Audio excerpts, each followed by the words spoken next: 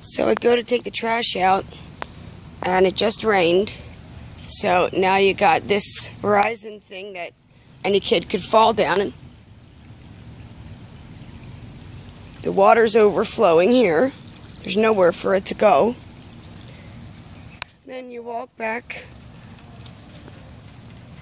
and it's all flooded in front of my home.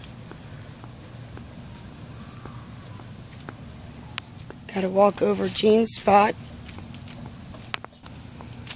Alright, so we gotta go back. We gotta go over Jean's grass. And we gotta go through all of this water to get to the door. And now my feet are soaking wet. So there's gotta be something that could be done to fix all of this water that's just overflowing. It looks horrible, and you gotta walk through this.